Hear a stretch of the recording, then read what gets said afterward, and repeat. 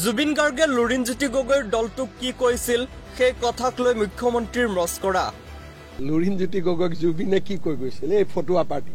গতিকে ইয়াৰ পিছত আৰু মই ভাবো যে লুৰিণজ্যোতি গগৈৰ নামৰ আগত ফটুৱাটো যোগ হৈ গৈছে। কিন্তু এই কথাৰে মুখ্যমন্ত্ৰীয়ে মন ভাল লগোৱাটো ভাল দেখে জানো। জুবিন গাৰ্গে বিজেপিক লৈও কৈ গৈছিল বহু কিবা কিবি।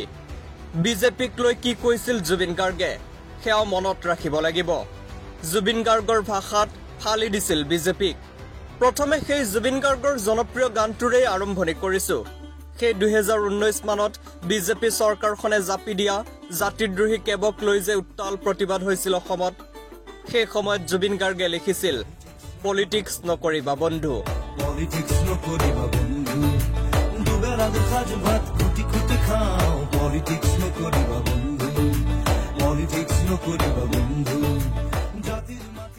মন্ত্ৰী MLA সব পাপৰহে মাত্ৰ, দেখিবলৈ খাদ্য আচলতে শব্দ।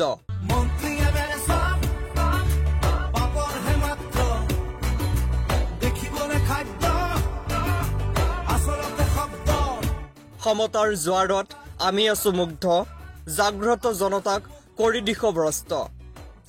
পৰিৱৰ্তন শব্দটো শুনিবলৈ ভাল, ঘেণ্টাডাল। বৰ চোকা আছিল সেই গানৰ শব্দ। বহুতৰ গা বেজবেজাই গৈছিল। তেতিয়া ৰাইজে অলপ বুজিছিল, এতিয়া হয়তো ভালকৈ বুজিছে। কাক লৈ জুবিন গাৰ্গে গাইছিল? জাতি মাটি ভেটি আৰু প্ৰগতি, জাতি জনগোষ্ঠী আচল অতিপতি।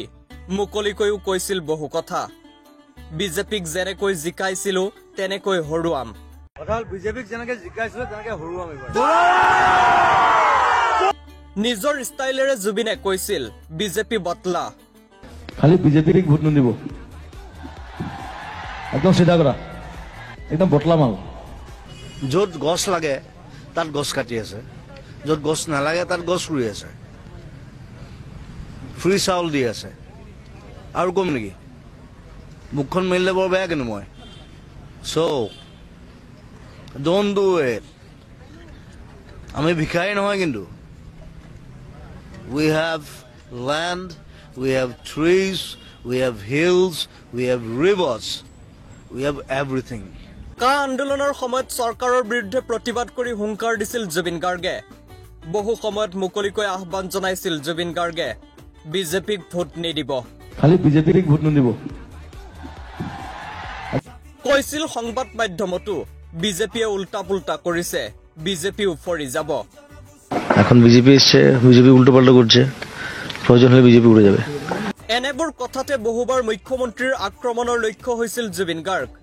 বিহু কেইটালৈ পাতিব তাৰ সময় দিয়াৰ বিৰোধিতা কৰিছিল জুবিনে। তেতিয়া মুখ্যমন্ত্ৰীয়ে কৈছিল, আইন নমনা শিল্পী কোৰ্ট কাছাৰীলৈ দৌৰি থাকিব লাগিব। প্ৰথম কথা, যিসকলে আইন মনা নাই তেওঁলোকৰ ওপৰততো সাধাৰণভাৱে FIR ৰেজিষ্টাৰ হ'ব, কোৰ্টত অহা যোৱা কৰি থাকিব লাগিব। কোনোবাই যদি আইনখন নামানে, টিভিত লাইভ টেলিকাষ্ট ওলাই আছে, তাৰমানে মই আইন ভায়লেট কৰিছোঁ। গতিকে ষ্টেজত গৈ পুলিচে দিগদাৰী নকৰে, কিন্তু প্ৰতিজন টিভিত যাকেই আমি 11:30টাৰ পাছত দেখিছোঁ, সকলোৰে নামত একোখন FIR হ'ব।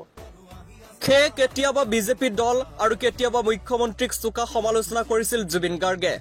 বিধায়ক পৰমানন্দ ৰাজবংশীক যে কৈছিল, আজি সাহিত্য সভাৰ সভাপতি পৰমানন্দ ৰাজবংশীয়ে তেখেতে লেকচাৰ দিলে বহুত দেৰি, আৰু মোক বহুৱাই চলে 1.5 ঘণ্টা। তেওঁ অদৰকাৰী লেকচাৰ দিলে, তেওঁ একো কাম নকৰে।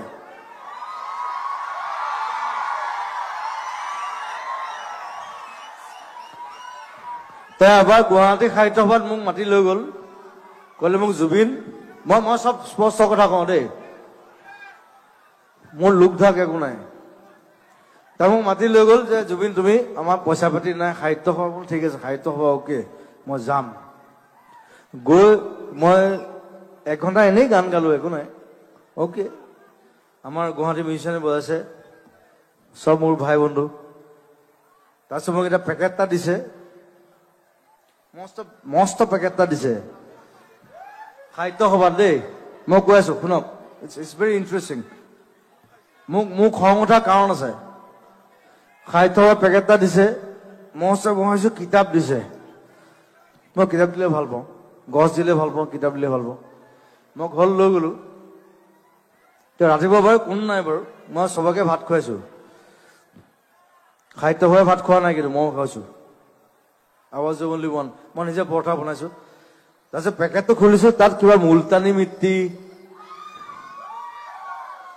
ফেচ ৱাছ যিবোৰ মোক নালাগে মই যিবোৰ ইউজ নকৰো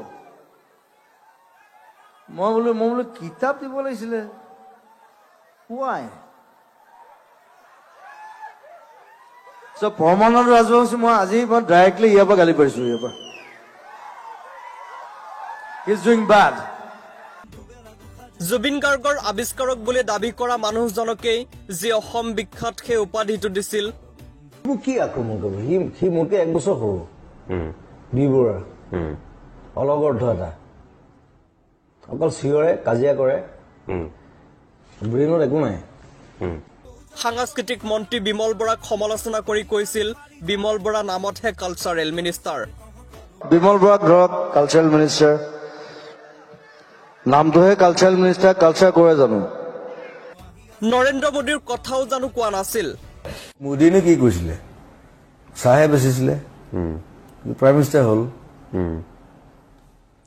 গতিকে চাহ বেপাৰীয়ে সদায় চাহে বেচিব কিন্তু বেলেগ বেলেগ চাহ খুৱাই থাকিব লাল চাহ গাখীৰ চাহ আমুক চাহ তামুক চাহ কথাবোৰ জুবিন গাৰ্গে কিয় কৈছিল এইবোৰ কথা অসমৰ জনতাই নাপাহৰে কেতিয়াও নাপাহৰে কমছে কম এতিয়া জানে